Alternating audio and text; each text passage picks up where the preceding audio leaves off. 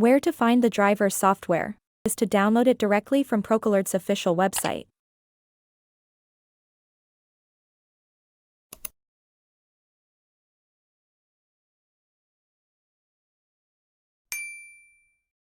To install the software, double-click the driver file to start the installation process.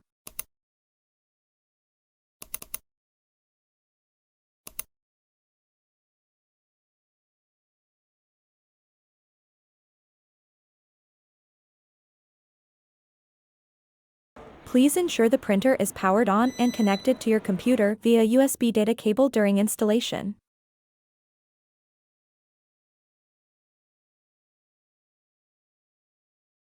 Once the installation is completed, you can send a shortcut of the software to desktop.